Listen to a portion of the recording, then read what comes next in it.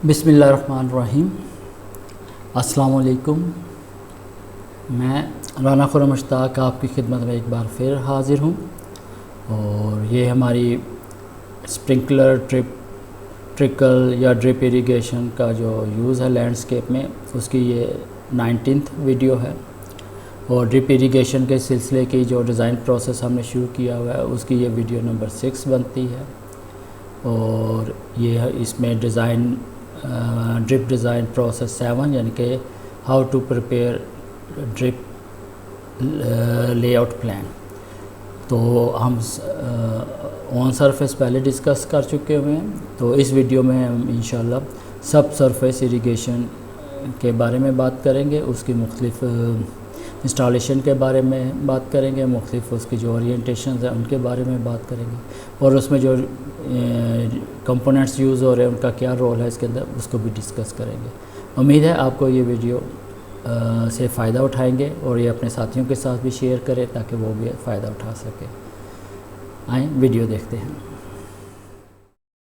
ये drip irrigation का design process जो हमने शुरू किया हुआ उसी की कंटिन्यूएशन है, जैसे कि पहले हम बता चुके हैं। ये स्टेप्स नंबर 7 है ड्रिप इरिगेशन डिज़ाइन प्रोसेस का, जिसमें ड्रिप लेआउट प्लान के बारे में हम डिस्कस कर रहे हैं। इससे पहले हम अबव सरफेस या ऑन सरफेस ड्रिप इरिगेशन के बारे में बता चुके हैं। अब इस वीडियो में हम सब सरफेस या ज़ेर ज़मीन ड्रिप इरिगेशन सिस्टम को कवर करेंगे। जो इसका पार्ट 1 था वो on surface drip irrigation system के बारे में था, वीडियो नंबर 17 में कवर हुआ, जिसमें हमने जनरल अंडरस्टैंडिंग डेवलप की थी। फिर उसमें ड्रिप लाइन स्पेसिंग की टेक्निक क्या है वो उसको बताया था, और फिर मुख्तलिफ किस्म के जो ड्रिप लेआउट्स हैं उनको डिस्कस किया था, डिफरेंट शेप्स में जो लैंडस्केप को, तो उसको कैसे आपने ड्रेस करनी। पार्ट 2 जो होता है इसी ड्रिप इरिगेशन लेआउट्स का, उसमें हमने अबव सर्विस को डिस्कस किया था एक एग्जांपल के साथ, और उसमें कैसे उसका डिजाइन लेआउट तैयार करना है वो पूरा इसमें एग्जांपल में एक्सप्लेन किया गया था। ये वीडियो नंबर 18 में कवर हो चुका है। पार्ट 3 ड्रिप लेआउट का, ये अब वीडियो नंबर 19 में हम कवर कर रहे हैं। ये सब सरफेस इरिगेशन के बारे में है या ज़ेर ज़मीन आप ड्रिप इरिगेशन सिस्टम का। इसमें हम मुख्तलिफ जो सब सरफेस ड्रिप इरिगेशन लेयर्स उनको डिस्कस करेंगे, उनकी इंस्टॉलेशन डिटेल्स को डिस्कस करेंगे। ज़ेर ज़मीन ड्रिप इरिगेशन के बारे में हम पहले ही वीडियो नंबर 3 में जो शुरू की वीडियोस थी उसमें हमने मुख्तसर इसके बारे में डिस्कस किया था। तो अगर आपने वो वीडियो नहीं देखी तो इसको ज़रूर देखिएगा। बेस्ट सब सरफेस एप्लीकेशन, ज़ेर ज़मीन ड्रिप इरिगेशन का बेहतर इस्तेमाल किन किन जगहों पे होता है। कर्व्स या एजिस के ऊपर आपके लैंडस्केप का अगर इस तरह की शक्ल है तो उसमें ये टर्फ के लिए बहुत अच्छा है। नैरो टर्फ एरियाज के लिए भी अच्छा है और बड़े टर्फ एरियाज के लिए भी अच्छा है। श्रब्स और ग्राउंड कवर एरियाज को भी ये कवर करता है। और बिल्डिंग्स के करीब ये नहायत मौजूद रहता है, जहां बिल्डिंग को हम ओवर स्प्रे से बचाते हैं, स्प्रेयर से या स्प्रिंकलर से। और इसी तरह पार्किंग लॉट्स जहाँ गाड़ियां पार्क होती है वहां भी हमें ओवर स्प्रे से बचाना है उन जगहों को भी, तो वहां भी ये बहुत मौजूद रहता है सब surface drip irrigation system. Small और तंग जो एरियाज हैं उनके लिए भी बहुत मौजूद है, और एथलेटिक फील्ड्स में भी ये इस्तेमाल हो सकता है। और इसके मुतादिद एडवांटेजेस हैं, जिनमें से इंक्रीज्ड एफिशिएंसी है। एफिशिएंसी इसकी आप 95% तक ले सकते हैं एक अच्छे मेंटेनेंस सिस्टम के साथ। लोअर वाटर यूज है, जब एफिशिएंसी अच्छी होगी तो पानी का कम इस्तेमाल होगा। और इसी तरह ओवर स्पेस से भी आपकी बच जाएगी, तो ये भी एफिशिएंसी को ऐड कर रहा है। और जो इसकी बड़ी खूबी है रेजिस्टेंस टू वैंडलिज्म है, यानी कि लोग अगर सरफेस पे कोई चीज नजर आ रही है, खासतौर पर बच्चे उसको छेड़ते हैं, उसको तोड़ते हैं, तो ये जमीन के अंदर होता है तो ये इन खतरा से महफूज रहता है, क्योंकि ये एंड रूट के पास आपको पानी भी दे रहा है, खाद भी सप्लाई कर रहा है, तो ये हेल्दी प्लांट ग्रोथ के लिए बहुत अच्छा है। वाटर यूनिफॉर्मिटी भी इसमें बेहतर हो जाती है। और फैंसीज और ट्रीज के ऊपर जिनको हमने बचाना होता है ओवर स्प्रे ना हो, जैसे खजूर का दरख्त है जिस पे अगर ओवर स्प्रे हो रहा हो तो उसका तने को नुकसान पहुंचता है, तो उन जगहों के लिए भी ये सब सरफेस ड्रिप इरिगेशन बहुत अच्छा है। स्प्रेयर इरिगेशन में और स्प्रिंकलर इरिगेशन में रन ऑफ का खतरा होता है। अगर आप साइकिल का टाइम बढ़ा देते हैं या हवा चल रही तो वो एक तरफ ड्रिफ्ट करके ले जाती है, तो रन ऑफ ज्यादा हो जाता है, तो उससे भी बच जाते हैं। और इसकी लोअर मेंटेनेंस है, उनपे छुपा हुआ है जिसको डैमेजेस कम होते हैं। और दूसरा ये कि इंक्रीज टाइम फॉर फील्ड और टफ यूजेज, इसमें यूं कि सरफेस गीली नहीं रहती, उस पर पानी स्टैंड या खड़ा नहीं रहता, तो उसकी वजह से आपको खेलने का टाइम उसके ऊपर ग्राउंड्स के ऊपर ज्यादा मिल जाता है, क्योंकि सारी नमी जो जेर जमीन होती है। स्प्रिंकलर और स्प्रेयर्स में विंड के इश्यूज होते हैं, तेज विंड में वो उनकी एफिशिएंसी बहुत नीचे चली जाती है, यूनिफॉर्मिटी भी डिस्टर्ब हो जाती है, तो ये इसमें विंड का कोई इशू नहीं है। और इसमें जो एफिशिएंसी इंक्रीज होने की एक वजह है कि इसमें इवेपोरेशन लॉसेस भी बहुत कम हो जाते हैं, क्योंकि ये जमीन के अंदर ही पानी दे रहा है पौधों को। जहाँ इसके फायदे हैं वहाँ इसके कुछ नुकसान भी हैं इसकी, यानी कि इब्तदाई सरमायाकारी यानी कि हाई इनिशियल कॉस्ट है। पूरा जमीन को आप खोदना पड़ता है, छोटी ट्रेंचेस बनानी पड़ती है जिसमें आप ड्रिप ट्यूब्स को डालते हैं, फिर इसकी फिटिंग्स का ज्यादा इस्तेमाल होता है इसमें। दूसरा, ड्रिप मीटर्स जो उनसे होते हैं ये क्लॉगिंग और नकारा होने के चांसेस ज्यादा होते हैं। अगर ये प्रॉपरली इंस्टॉल्ड नहीं है, प्रॉपरली इसका ऑपरेशन मेंटेनेंस नहीं हो रहा, तो ये प्रॉब्लम्स इनमें कॉमन होती है। और इसको मेंटेन करने के लिए भी हाई स्किल्स चाहिए, क्योंकि ये चीज नजर नहीं आ रही, छुपी होती है। और कहाँ इसमें जब होइंग करनी है जमीन के अंदर और इस तरह के और कोई काम करने हैं, तो खुदाई करनी है, उस टाइम के ऊपर बहुत एहतियात की जरूरत होती है, तो इसमें हाई स्किल्स की जरूरत पड़ती है। और सॉइल सैनिटरी हैजर्ड्स भी हैं, अगर ये प्रॉपरली मेंटेन नहीं है, प्रॉपरली ऑपरेट नहीं हो रहा, तो ड्राई पैचेस जहाँ आएंगे तो वहाँ आपको सैनिटरी का प्रॉब्लम बन जाएगा। तो अगर ये आप सॉइल को मॉइस्ट रखते हैं और डिजाइन प्रॉपर है कि हाँ मीटर एक दूसरे को कवरेज पूरी दे रहे हैं, ओवरलैपिंग बराबर अच्छी है, तो फिर आप इस हैजर्ड से बच जाते हैं। जो दूसरा है प्रॉब्लम, जो वो रूडेंट्स का है, चूहे ट्यूब को कुतर जाते हैं, तो वो भी रिपेयर करनी पड़ती है। तो इस तरह के ये मसाइल हैं, मगर इसके फायदे काफी ज्यादा हैं। तो जो इसके नुकसानात हैं, मुश्किलें हैं इसको इंस्टॉल करना, इसको ओवरराइड कर जाते हैं। सब सरफेस ड्रिप इरिगेशन इन नैरो रोड शेप एरियाज, ये जो हमने इसके फायदे की बात कर रही हैं, वीडियो नंबर 3 में भी ऑलरेडी हमने कुछ ब्रीफली आपको शो किया था, कुछ चीजें वहीं से हमें पिक की हैं, तो आपको दोबारा दिखा रहे हैं कि रोड मीडियंस में आपने लगाना, तो ये रेड लाइंस आपको ड्रिप इरिगेशन की नजर आ रही हैं, ड्रिप ट्यूब्स की हैं। ये कर्व्स में भी है, नैरो भी है, यहाँ ओवर स्प्रे का खतरा है रोड के ऊपर जो ट्रैफिक को डिस्टर्ब कर सकता है, तो आप सब सरफेस ड्रिप इरिगेशन टर्फ को इरिगेट करने के लिए यूज कर सकते हैं। इसी तरह ये रोड साइड पे है, इसी को भी रोड के ऊपर और ये फुटपाथ के ऊपर ओवर स्प्रे से बचाने के लिए आप सब सरफेस ड्रिप इरिगेशन इस्तेमाल कर सकते हैं। ये red line in line dripper tubes की है, इसमें ट्री भी कवर हो रहा है और लॉन एरिया भी कवर हो रहा है। इसी तरह ये रोड मीडियन है, दोनों तरफ सड़क है, इसमें भी बचाने के लिए, और दरम्यान में ये फुटपाथ भी, इनको भी ओवर स्प्रे से बचाने के लिए ये ड्रिप इरिगेशन का इस्तेमाल किया गया, सब सरफेस ड्रिप इरिगेशन। इसका एडवांटेज ये है कि इसमें जो लॉन एरियाज है, ये जो ग्रीन लाइन नजर आ रही है सेपरेट वाल्व है जो लॉन एरियाज को कवर कर रहा है सब सरफेस ड्रिप इरिगेशन के जरिए। और ये ब्लू लाइन जो थी ये डिफरेंट वाल्व है जो ग्राउंड कवर्स और ट्रीज को कवर कर रहा है। तो इसमें आपकी एफिशिएंसी बेहतर हो जाती है, हम डिफरेंट प्लांटिंग को डिफरेंट वाल्स के ऊपर ले जाके अच्छी एफिशिएंसी हासिल कर सकते हैं, बनस्बत इसके कि आप टर्फ भी कर रहे हैं और ट्रीज भी कर रहे हैं, तो इसमें किसी को आपने कंपनसेट करना होता है। जब आप लेदर लेदर वॉल्स कर लेते हैं स्पीशीज के हिसाब से, तो आपकी एफिशिएंसी बढ़ जाती है। इसी तरह रूफटॉप गार्डन में ये मिसाल दी गई, ये लाहौर के अंदर एक घर है जिसका रूफटॉप गार्डन सब सरफेस ड्रिप इरिगेशन के ऊपर है। ये इसकी सारी तैयारी करके, तो ये ड्रिप ट्यूब्स आप देख सकते हैं ये लगी हुई हैं, और ये जो और शेप्स का हमने किया था कि किस तरह करना है, ये उसी तरह कवर किया गया है। स्पेसिंग बराबर रखी गई है, ये भी 12 इंच के ऊपर है गालबन। और उसके बाद इसको सॉइल से कवर कर कर उसके ऊपर घास प्लांट कर दिएगा, और ये इसकी फाइनल शेप है जब ये घास एस्टेब्लिश हो गई। इसी तरह टर्फ फील्ड्स जो बड़ी हैं उनके ऊपर भी यूज हो सकता है, आप जितना पोर्शन है आपको उसमें रिफ्लेंस डाल लेते हैं, उसके बाद आपने इसे सॉइल से कवर किया, आपने घास ऊपर लगा दिया, तो ये आपका सब सरफेस ड्रिप इरिगेशन का लॉन एरिया, बड़ा लॉन एरिया तैयार हो जाता है। अब ड्रिप इरिगेशन, जो हम सब सरफेस इरिगेशन की जब बात करते हैं तो किन किन डेप्थ पे लगनी चाहिए। जो लॉन एरियाज के लिए है आपको 4 से 6 इंच डेप्थ के ऊपर ड्रिप ट्यूब्स आपकी आएंगी। ग्राउंड कवर्स के ऊपर 6 इंच से 12 इंच की रेंज में आएगी आपकी। और इसमें श्रब्स के लिए 12 इंच से 18 इंच की डेप्थ के ऊपर आपकी ड्रिप ट्यूब्स आएंगी। और दरमियानी फासला कितना होना चाहिए, हम पहले ही वीडियो नंबर 14 से हमने ये स्टार्ट किया हुआ है और काफी दफा ये पहले भी डिस्कस कर चुके हैं। ये आपकी आसानी के लिए कि इनका जो वेटिंग पैटर्न कैसा होगा और फासला कैसा होगा। क्ले के अंदर ये 18 से 24 इंच के दरमियान एक ड्रिप ट्यूब से दूसरी ट्यूब का फासला होगा। और ये जो डार्कर एरिया नजर आ रहा है ये ओवरलैप कर रहा है।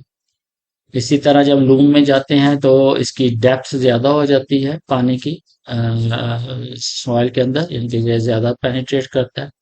और आपकी रो मीटर ड्रिप ट्यूब की रो से रो का फासला 16 से 22 इंच के दरमियान चला जाता है। डेप्थ जो सी होती है वो 4 to 6 इंच टर्फ के लिए वेरी कर रही होती है। ये टर्फ के लिए शो किया है। इसी तरह सैंड साइड में डेप्थ लूम की निस्बत और ज्यादा हो जाती है, और मगर इसका जो एक ड्रिप ट्यूब से दूसरी ड्रिप ट्यूब का फासला कम हो जाता है, ये 12 इंच से 18 इंच की रेंज में आ जाता है। इसी तरह इसका जो ओवरलैपिंग पैटर्न है वो क्ले के मुकाबले में काफी कम होता है।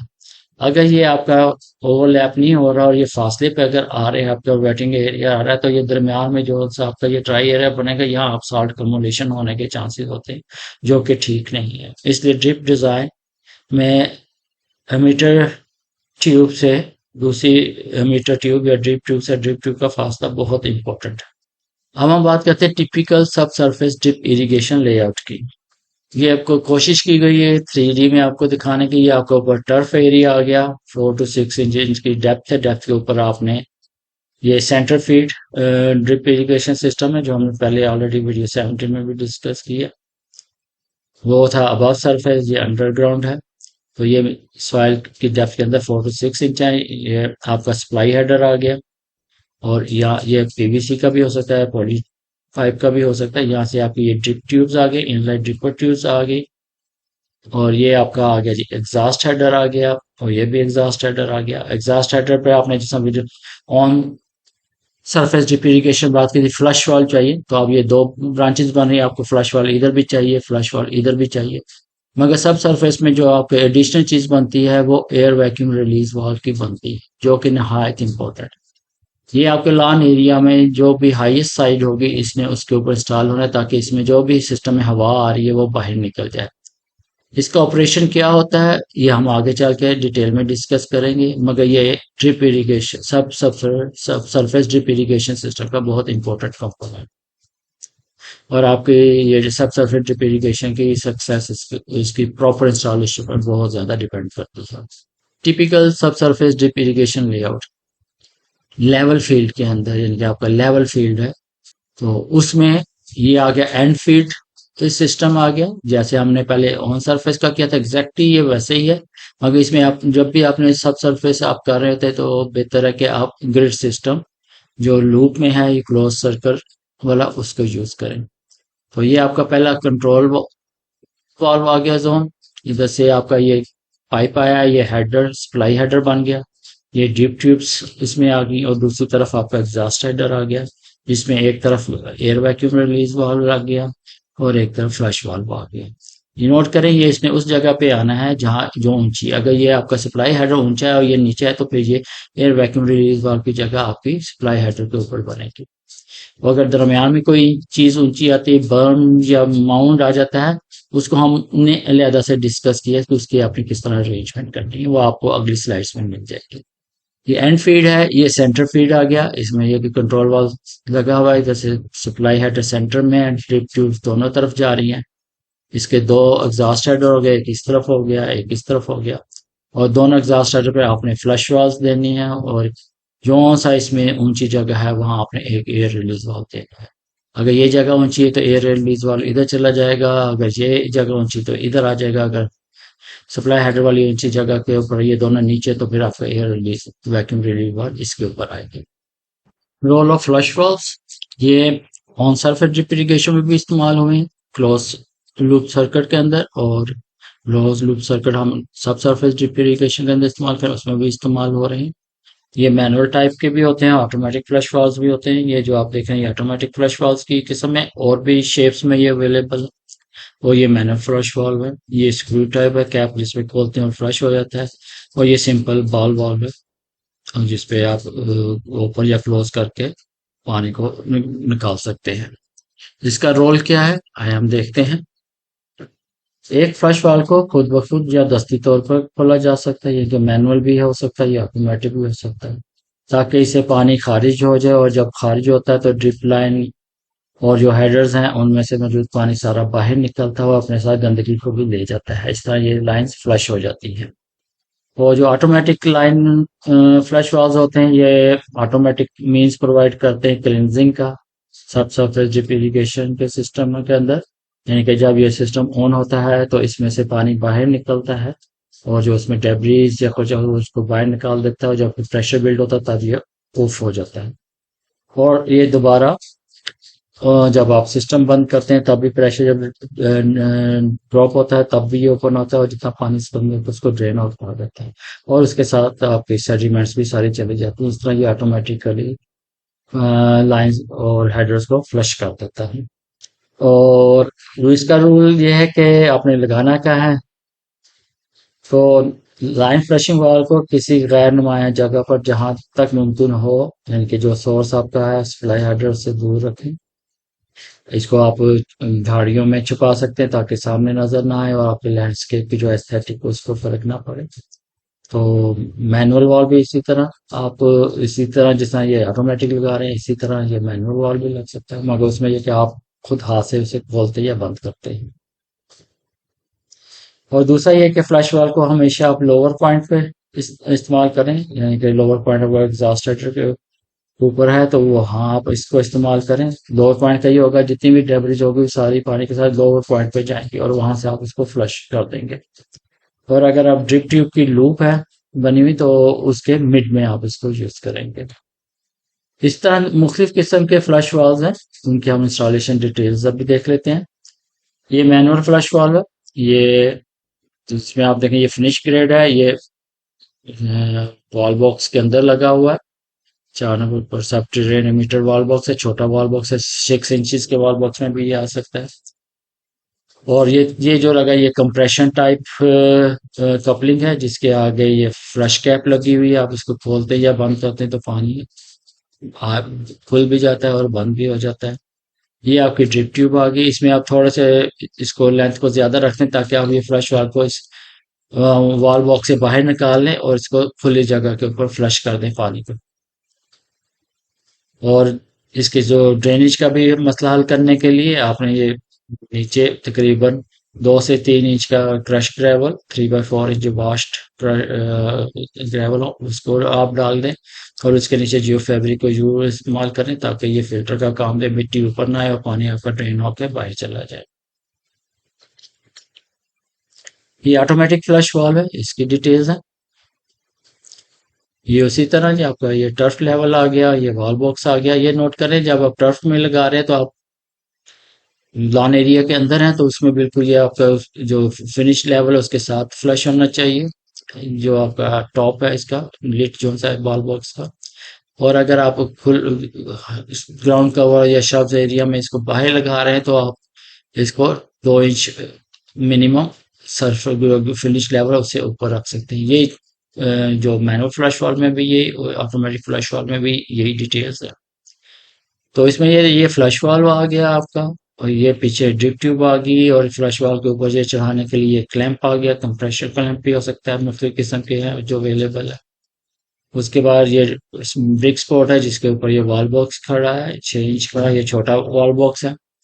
और क्योंकि इसमें ये ऑटोमेटिक फ्लश करता रहता है तो इसमें आपको ग्रेवल्स की तादाद ज्यादा करनी पड़ती है। ये तकरीबन मिनिमम भी आपकी 1 क्यूबिक फीट का ये गड़ा बनाए ताकि इसमें पानी आए तो उसमें ड्रेन आउट होता रहे।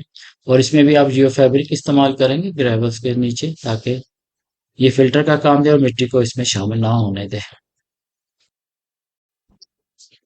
फ्लश वाल जो हम ऑन सरफेस इरिगेशन में भी यूज करें, क्लोज सर्किट में भी। और जो डिफरेंस है बीच में सब सरफेस ड्रिप इरिगेशन का ऑन सरफेस ड्रिप इरिगेशन में मेजर, वो है एयर वैक्यूम रिलीफ वाल्व का इस्तेमाल। तो ड्रिप इरिगेशन में हम क्लोज सर्किट कर रहे हैं और उसके साथ हमें एयर वैक्यूम रिलीज वाल्व का लाजमी इस्तेमाल करना है, जो कि बहुत इंपॉर्टेंट है। और इसका क्या रोल है ये हम डिस्कस करते हैं। बहरहाल ये आपको कुछ फोटोज दिखाई गई हैं। ये वाले drip valve air vacuum release valve जो से हैं, ये पीवीसी पाइप के साथ आ जाते हैं। और ये बटन टाइप, ये छोटे एयर रिलीज वाल्व जो होते हैं, ये आपके ड्रिप ट्यूब के ऊपर फिटिंग के साथ लग जाते हैं और ये छोटे वाल्व बॉक्स में आ जाते हैं।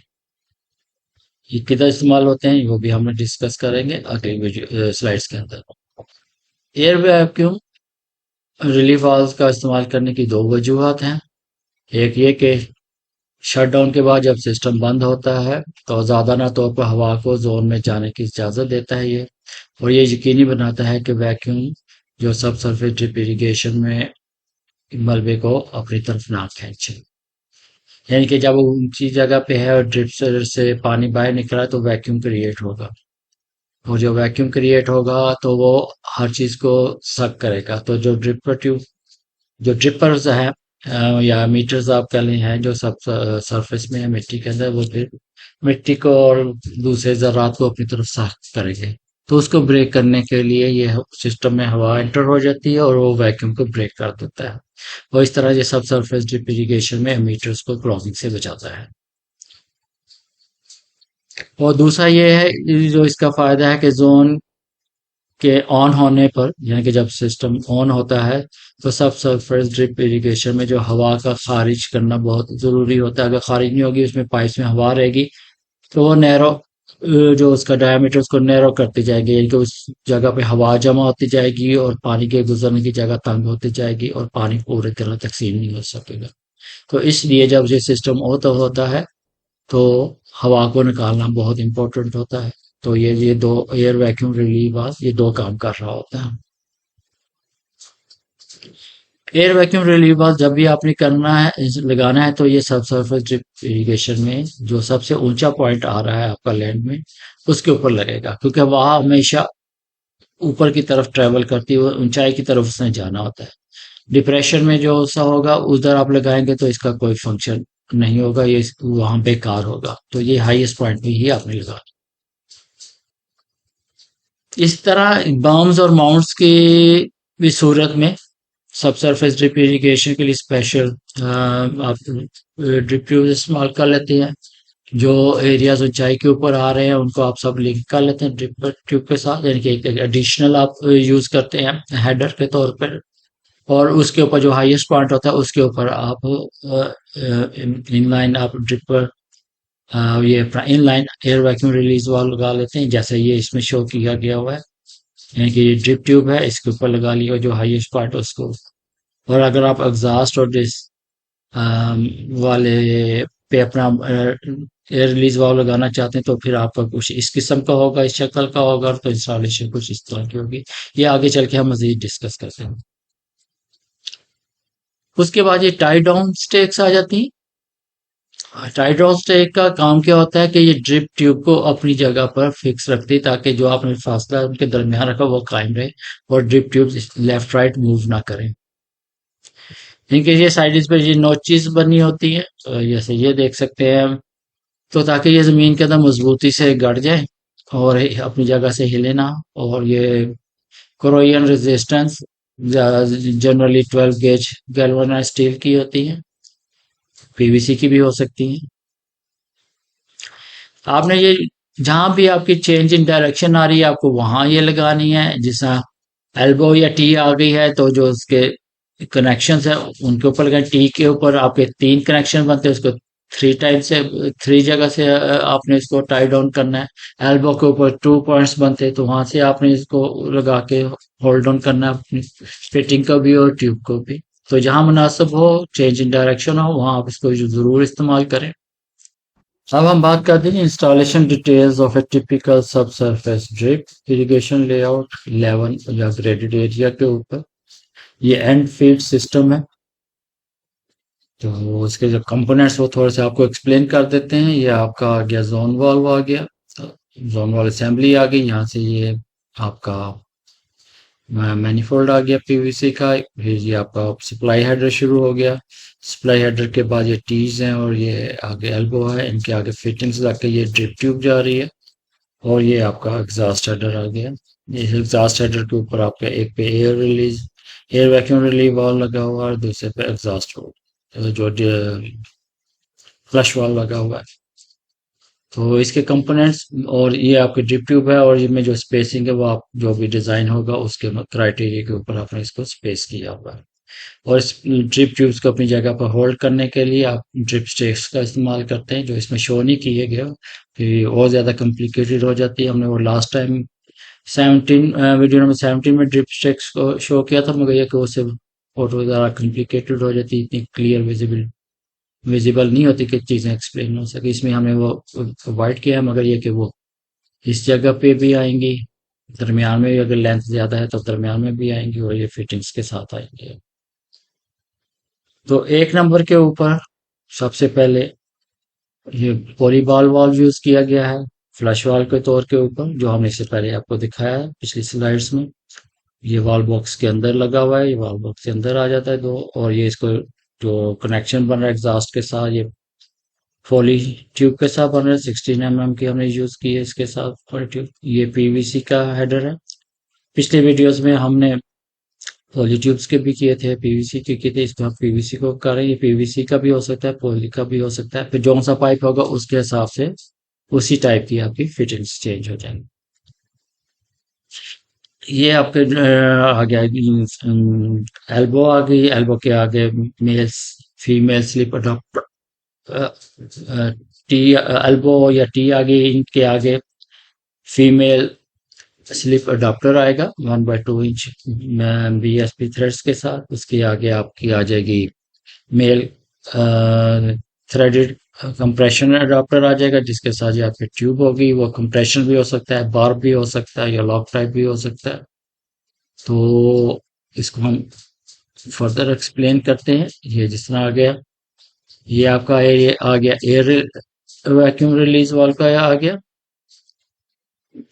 ये वॉल बॉक्स है, ये जो वॉल बॉक्स आपको दिखाया गया ये है, और इसके अंदर ये एयर रिलीज वाल्व लगा हुआ है। एयर रिलीज वाल्व ये शॉर्ट पीस आपका पीवीसी का पाइप का आ जाएगा, जो एग्जॉस्ट हेडर से निकल रहा है टी के थ्रू। एल्बो आ गई। एल्बो के आगे आपका आ गया फीमेल स्लिप अडॉप्टर आ गया। और जिस साइज का आपको एयर रिलीज लगा रहे हैं, 1/2 इंच का लगा रहे हैं, 3/4 का लगा रहे हैं, या 1 इंच का लगा रहे हैं, ये स्लिप अडॉप्टर जो थ्रेड का होगा उसके मुताबिक साइज होगा। उसके बाद आपका इसके ऊपर ये आ जाएगा एयर वैक्यूम रिलीज वाल्व आ जाएगा। ये 1/2 इंच का करते हैं, 3/4 का करें, या 1 इंच का करें, वो उस हिसाब से ये फिटिंग बन जाएगी। ये आपकी डिटेल्स बन जाएंगी वैक्यूम रिलीज वाल्व की वॉल बॉक्स के अंदर। डिटेल्स दी गई हैं, आप इसको स्टडी कर लीजिएगा। ये वैसे ही बताया गया है जैसे आपको पहले बताया कि टर्फ एरिया के अंदर तो ये फिनिश्ड होगा इसका लिड ग्रास के साथ। अगर ये श्रब्स ग्राउंड कवर एरियाज में तो ये तकरीबन 2 इंच की आप इसको ऊपर रखते हैं फिनिश लेवल से।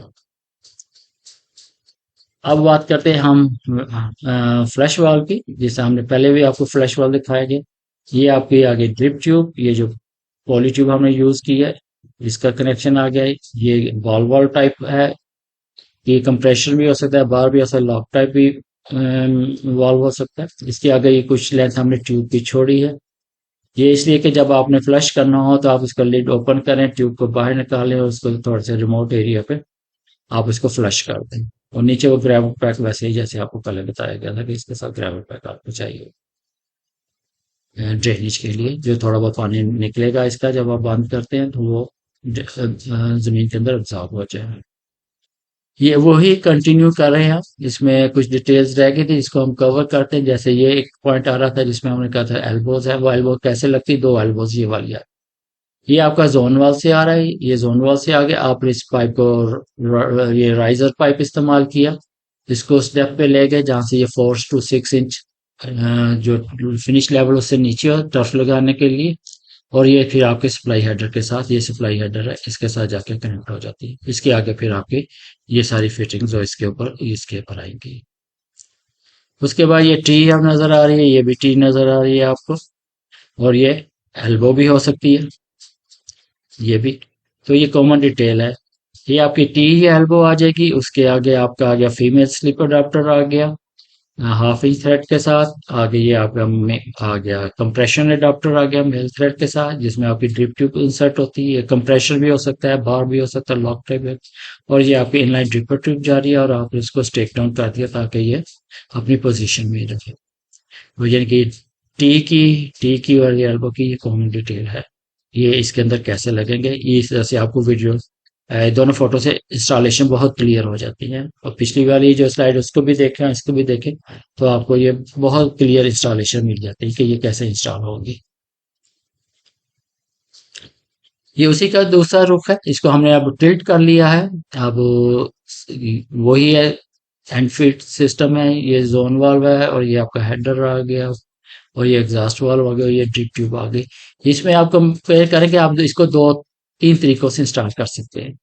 एक ये जो इसमें आपको दिखाया गया हुआ है स्केच में, कि आपका एल्बो है या टी है, उसके आगे स्लिप अडाप्टर आ गया, फिर आपके पास मेल कंप्रेशर अडाप्टर आ गया, जिसमें आपके ये ड्रिपर ट्यूब जा रही है, और ये स्टिक्स लगे हुए हैं। ये इस एंड से लेके इस एंड तक, यानी कि सप्लाई हेडर से ये एग्जॉस्ट हेडर तक, ये ड्रिपर ट्यूब किस तरह लगी, ये एक लेवल पे आ रही है। इसकी ही दूसरी इंस्टॉलेशन भी बन सकती है। उसमें ये कि ये आपकी जो टी है ये एल्बो है, इसका डायरेक्शन चेंज हुई है, ये अपवर्ड हुई है, इसके ऊपर वो स्लीप अडाप्टर आएगा, और उसके ऊपर मेल कंप्रेशन अडाप्टर एल्बो हो जाएगी, या वो बार टाइप होगी, या लॉक टाइप भी हो सकती है। ये दोनों एंड पे आएगा। इसमें यह कि ड्रिपर ट्यूब आपकी ऊपर आ जाती है, और ये पाइप जो एग्जॉस्ट हेडर और सप्लाई हेडर्स ये आपके नीचे रह जाते हैं। नीचे रहने का ये फायदा कि जो आपकी डर्ट है या जो कुछ भी इसमें अगर खुदा न खास्ता आ गया, तो वो नीचे की तरफ जल्दी कमोलेट हो जाएगी बनस्बत इसके निस्बत। तो इसमें कमोलेट होती है, आप इसको इजीली फ्लश कर सकते हैं। कुछ इंस्टॉलेशन ऐसी भी होती है जिनमें ये दरमियानी जो फासला होता है, ऊपर ये बार्ब एल्बो आ जाएगी, या कंप्रेशन एल्बो कह लें, लॉक टैप आ जाएगी, और ये मेल जो आपका ये अडॉप्टर है, कंप्रेशन अडॉप्टर या बार्ब अडॉप्टर होगा, उसके ऊपर पॉलीट्यूब यूज कर लेते हैं। पॉलीट्यूब से ये होता है कि ये आपकी जो ड्रिप ये एल्बो या टी है, ये उसी डेप्थ पे चली जाए जिसपे आपकी लेटरल लाइन है, यानी कि 12 से 18 इंच की डेप्थ पे ये चलेगी। फिर आपको 12 से 18 इंच का ये पॉली पाइप आ गया, और ये इससे डेप्थ ज्यादा होगी तो ये कमुलेशन कह लें, जो डेब्रिज वगैरह की अगर हो रही है खुदा न खासा कहीं से, तो आपके वो नीचे जो डेप्थ की तरफ ज्यादा जमा हो जाएंगे, तो वहां से आप इजीली फ्लश कर सकते हैं। यानी कि आपको हम इसमें तीन तरीके, एक ये तरीका हो गया, एक ये तरीका हो गया, एक पॉलीट्यूब के साथ होता है। यहाँ पे आपकी चॉइस अपनी है कि आप किस तरह इंस्टॉल करना चाहते हैं, या जो आपका इंस्टॉलर है या आपका कंसल्टेंट है वो किस तरह इंस्टॉल करना चाहता है, उसको आपको फॉलो करना होगा। अब हम बात कर रहे हैं ये installation details of a typical sub surface drip irrigation level ground के ऊपर।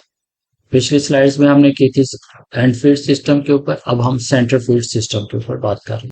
ये आपका सेंटर फीड सिस्टम आ गया, आपका ये जोन वॉल असेंबली आ गई, यहाँ से पानी आया, सप्लाई हेडर में गया, सप्लाई हेडर से आपका ये फिर ड्रिप ट्यूब्स पे गया, फिर दो साइड पे आप एग्जॉस्ट हेडर्स आ गए। एग्जॉस्ट हेडर्स के ऊपर आपने फ्लश वाल दिए दोनों के ऊपर अलहदा-अलहदा, और फिर जो इस एरिया में हाईएस्ट पॉइंट है, सपोज अगर इस साइड पे हाईएस्ट पॉइंट है, तो आपने इस एग्जॉस्ट के ऊपर हेडर के ऊपर एयर वैक्यूम रिलीज वाल इंस्टॉल कर दी। ये वो टिपिकल डिटेल्स है जो हम सब सरफेस इरिगेशन के लिए फॉलो कर रहे हैं। इनकी फर्दर डिटेल्स ये इधर इलेबोरेट की गई हैं नंबर्स के साथ, तो आप वहां से इनको सबकी डिटेल्स ले सकते हैं बहुत इजीली। तो ये तकरीबन वही कंपोनेंट्स हैं जो हमने इससे पहले एंड फीड सिस्टम में इंस्टॉल किए थे। तो अब एक एक की डिटेल्स के ऊपर जाने की बजाय आपको जो पॉइंट समझ नहीं आ रहे, आप इधर से देख सकते हैं। डिटेल्स वही हैं जो हमने पिछले एंड फीड में डिस्कस किए हैं। इंस्टॉलेशन की बात करते हैं, ये उसी तरह है। ये आपका जोन वाल से आ रहा है, फिर ये राइजर पाइप आ गया। राइजर पाइप में आपने जो डेप्थ है लॉन एरिया के लिए 4 to 6 इंच उसके ऊपर मेंटेन किया। और ये सप्लाई हेडर बन गया, ये आपका सप्लाई हेडर आ गया। अब ये सप्लाई हेडर के ऊपर ये डिटेल कैसे जा रही है वो कुछ इस तरह की होगी। ये आपके टी भी हो सकती है, ये एल्बो भी हो सकती है। दरमियान में है तो टी है, ये एंड के ऊपर आएगी तो ये एल्बो होगी। एल्बो से आपका ये आ गया, पहले फीमेल स्लीप अडाप्टर आ गया जिस साइज का चाहिए। ये रिड्यूस होगा हाफ इंच थ्रेड के ऊपर, और हाफ इंच थ्रेड के ऊपर आपकी कंप्रेशन, मेल कंप्रेशन। इसके ऊपर जो आपके स्लीप अडाप्टर के बाद आ गया मेल पॉली कंप्रेशन टी आ जाएगी। जिसका एक एंड जो होगा वो मेल थ्रेडेड होगा, और जो दो साइड के जो आउटलेट्स हैं वो आपके कंप्रेशन में भी हो सकते हैं, बार में भी हो सकते हैं, लॉक टाइप में। तो उसके ऊपर आपका ये ड्रिप ट्यूब आ गई, इसमें कंसर्ट अटैच हो जाएगी इसके ऊपर, और ये फिर लेफ्ट और राइट एग्जॉस्ट हेडर्स की तरफ चलेगी, और इसको अपनी पोजीशन पर रखने के लिए आपने स्टेक्स यूज किए। इसी की ओरिएंटेशन हमने चेंज की है आपको और इंस्टॉलेशन डिटेल को एक्सप्लेन करने के लिए। ये सेंटर फीड सिस्टम है, ये सप्लाई हेडर है, ये एग्जॉस्ट हेडर्स है। एक तो ये इंस्टॉलेशन डिटेल यही है जो पहले हमने डिस्कस की, ये टी एल्बो है। इसके बाद ये स्लिप अडाप्टर आ गया, इसमें थ्रेडेड एंड ले लिया हाफ इंच का, और उसके ऊपर आपके कंप्रेशन बार या लॉक टाइप थ्रेडेड क्वालिटी आ गई। इसके बाद ड्रिप ट्यूब भी, और इस तरफ आपका ये एग्जॉस्ट हेडर आ गया, और दूसरी तरफ भी एग्जॉस्ट हेडर आ गया। इसके जो करेक्शंस बन रहे हैं उसमें यही आ रहा है कि ये पहला आपका फीमेल स्लीप अडाप्टर आ गया, उसमें जो half inch thread female thread and के साथ होगा, उसमें आपका ये मेल अडाप्टर चला गया। ये कंप्रेशन भी हो सकता है, बार भी हो सकता है, और लॉक टाइप भी हो सकता है। इसके साथ भी ड्रिप ट्यूब लग के दोनों तरफ ऐसे ही होगा, और इसको अपनी पोजीशन पे रखने के लिए कोई ड्रिप स्टिक्स आ गए। एक तो कैटेगरी ये है कि आप इस तरह इंस्टॉल कर सकते हैं। दूसरा जैसे हमने पहले एंड फीड में किया था, इनकी पोजीशन हम नीचे कर देते हैं। वो भी जस्ट व्यू कि अगर डेब्रीज वगैरह खुदा न खास्ता इनके सिस्टम में आती तो लोअर पॉइंट्स पे चली जाए, और वहां से आपको उसको फ्लश आउट करना इजी हो जाए। ये इस सूरत में भी इंस्टॉल हो सकता है, इस सूरत में इंस्टॉल हो सकता है। इस सूरत में ये वही चीज डिटेल है जो इधर हमने एक्सप्लेन की, वही डिटेल है। और जब हम ये एग्जॉस्ट हेडर्स पे जाते हैं तो यही वाली डिटेल बनती है इस जगह पर। इसमें यह कि टी की बजाय हम एल्बो यूज कर लेते हैं। तो इस तरह ये आपका ये नीचे पाइप आ जाएगा एग्जॉस्ट, और ये ड्रिपर ट्यूब आपके ऊपर हो जाएगी। कोई डेब्रीज होगी इसमें आएगी, आप इसे फ्लश आउट कर सकते हैं। कुछ सिस्टम्स में ये जो आपका हेडर आ रहा है, ये बिल्कुल उसी लेटरल लाइन के ऊपर ही ले जाते हैं, जो जोन वाल्व से आ रही होती है, इनके 12 से 18 इंच की डेप्थ के ऊपर। और दरमियान में हम पॉली ट्यूब यूज करके इस डेप्थ को अचीव कर लेते हैं 4 to 6 इंच के। उसमें ये कि डेप्थ फर्दर नीचे चला जाता है, ये भी नीचे चला जाता है। तो आपकी अगर डेब्रिज वगैरह हो रही है वो लोअर पॉइंट पे कलेक्ट हो रही है, तो वहाँ इजीली रिमूव कर सकते हैं आप। End feed system area with regular shape mount and barb. अब ये हम डिस्कस करेंगे। पहले हमने बिल्कुल लेवल एरिया की बात की थी। अब यह क्या आपका एरिया है जिसमें लॉन एरिया है, और उसमें बर्म्स भी आ रहे हैं या माउंट्स आ रहे हैं, जगह का उभार है। तो उस जगह पे आपने कैसे इंस्टॉलेशन करना है। पहला केस वही एंड फीड सिस्टम है। ये आपका कंट्रोल वाल्व का आ गया, zone control valve, supply header, ये एग्जॉस्ट हेडर आ गया, एग्जॉस्ट वाल्व आ गया। अब ये डॉटेड लाइन है, ये आपके बर्म या माउंट को रिप्रेजेंट कर रही है, यानी कि ये इधर से ऊंचा इलाका होता जा रहा है, और ये दरमियान में सबसे ऊंचा इलाका है। तो इस केस में आपने ये होता है, आपने एक एक्स्ट्रा लाइन ऐड करनी है। ये आपकी ड्रिपर ट्यूब भी हो सकती है, पॉली ट्यूब भी हो सकती है। तो आपने इन लाइंस को आपस में मिला देना है ड्रिप ट्यूब के। यहाँ ये आ रही है, टी जंक्शन बन रहा है, यहाँ टी आ जाएगी, यहाँ आपका क्रॉस आ जाएगा, ये भी क्रॉस आ जाएगा, ये भी टी आ जाएगी। आपने इन सबको लिंक कर दिया, और जो हाईएस्ट पॉइंट है इसके ऊपर आपने एयर वैक्यूम रिलीज वाल्व दे दिया, जिसकी कुछ डिटेल इस तरह की होगी। ये आपकी ड्रिप ट्यूब आ गई या पॉली ट्यूब आ गई, ये आपकी टी आ गई, ये थ्रेडेड टी है, ये 16 mm by 3 by 4 इंच की है, फीमेल थ्रेड के साथ। इसके अंदर आपका जो क्या लें रिड्यूसिंग बुश आ जाएगा, एक 3/4 से हाफ इंच का, और उसके ऊपर ये हाफ इंच का एयर वैक्यूम रिलीज वाल्व आ जाएगा। तो ये इस जगह पर लोकेट हो जाएगा, यानी कि इस जगह के जो भी ऊंचाई ऊंची जगह ये आ रही है, जहां से भी हवा आ रही है सब इस पास से मूव करके इस पॉइंट पे आएगी और यहाँ से एग्जॉस्ट हो जाएगी। और इसी तरह जब उसको वैक्यूम को ब्रेक करना होगा, जैसे हवा एंटर होगी और जो वैक्यूम होगा उसको वो ब्रेक कर देगी जो पाइप्स के अंदर है। अब वही वही केस है सेंटर फीड सिस्टम के साथ। इसमें इरेगुलर शेप का आपके माउंट आ रहा है, यानी कि ये बाहर है, यहाँ से शुरू होता है, ये इधर से आके ये हाईएस्ट बन जाता है। तो आपने इस पूरे माउंट को कवर करना है। तो इसमें आपकी जो पॉली ट्यूब हो जाएगी, आप ये 16 mm की यूज करें, ये भी आप 16 mm की यूज कर लो। तो ये टी आ गया, टी जंक्शन बन गया है, पॉली ट्यूब इधर आ गई, एक पॉली ट्यूब आपकी इसके साथ गई, ये क्रॉस के साथ कनेक्ट होगी इस पाइप के साथ, और ये दरमियान में जो आपकी जा रही है लाइन माउंट और बर्न के लिए, इससे कनेक्ट होगी, इसमें भी इधर से कनेक्ट होगी। तो ये दरमियान वाला हाईएस्ट पॉइंट बन रहा है। तो यहाँ आपने इन लाइन जो आपका एयर वैक्यूम रिलीज वाल्व आ रहा है वो आपने स्टार्ट कर दिया। इसकी एग्जैक्टली वही डिटेल्स है जो हमने इससे पहले डिस्कस की है। तो इस तरीके से आप ये एयर को रिमूव भी कर सकते हैं। अगर ये माउंट इस तरफ भी है तो इस तरफ भी है, तो आपको फिर ये दो आपको एयर रिलीज वाल्व देने पड़ेंगे अगर ये दोनों साइड पे आ। जहां जहां ऊंची जगह इस तरह के बम्स आएंगे उसके ऊपर आपको कुछ इस तरह की ही इंस्टॉलेशन करनी होगी। सब surface drip line operation check, यानी कि आपने उसको ऑपरेट कर रहा है कि नहीं कर रहा उसके चेक करने के लिए कुछ डिवाइसेस बनाए गए हैं। यानी कि आप इसमें आप चेक करना चाहें कि ड्रिप लाइन जो सब सरफेस आपको नजर नहीं आ रही वो ऑपरेट कर रही है कि नहीं कर। एक तो उसको चेक करने का तरीका है, आप फ्लश वाल्व ओपन करके देख लें, उसमें से प्रेशर से पानी निकल रहा है तो इसका मतलब है कि वो पानी पास हो रहा है। दूसरा आप देख सकते हैं कि एयर रिलीज वाल्व को आप उसमें से देख सकते हैं कि हवा या पानी उसमें से निकल रहा है कि नहीं निकल रहा। और जो बटन टाइप है उसको आप थोड़ा सा प्रेस करेंगे तो आपको पता चल जाएगा कि वो लाइन प्रेशर में है कि नहीं।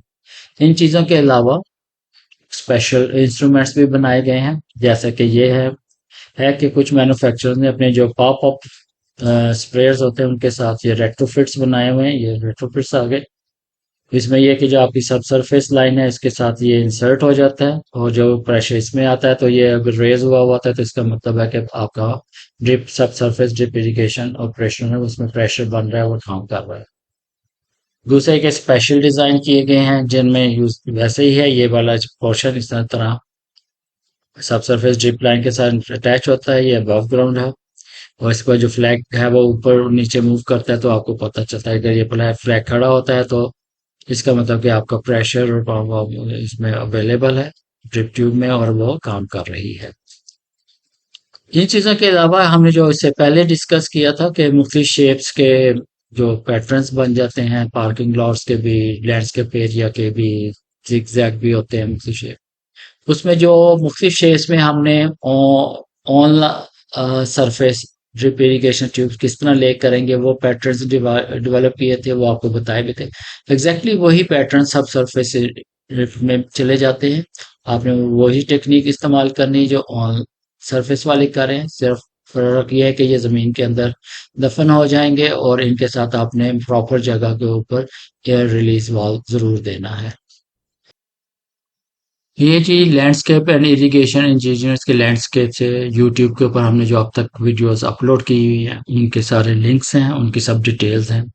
हर वीडियो पिछली वीडियो के साथ लिंक करती है, हर लेक्चर पिछले लेक्चर के साथ लिंक करता है। अगर आपने एक आध इसमें से मिक्स कर दिया तो उसे जरूर देखें, फिर हो सकता है आपको अगली वीडियोस देखने में आसानी हो जाए, मुश्किल ना हो।